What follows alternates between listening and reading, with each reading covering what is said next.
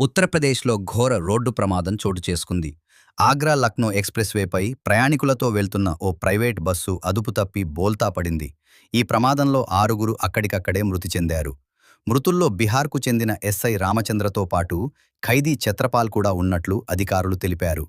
మరో 10 మందికి పైగా ప్రయాణికులు గాయపడినట్లు సమాచారం. తీవ్రంగా గాయపడిన వారిని వెంటనే లక్నో ట్రామా సెంటర్‌కు తరలించి చికిత్స అందిస్తున్నారు.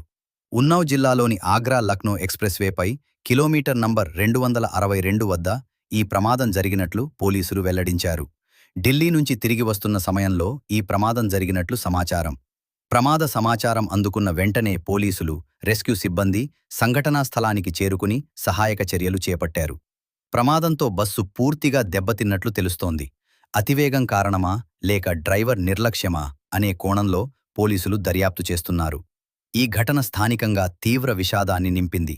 ఇలాంటి మరిన్ని తాజా వార్తల కోసం మా ఛానల్ను సబ్స్క్రైబ్ చేసుకుని బెల్ ఐకాన్ను ప్రెస్ చేయండి. ధన్యవాదాలు.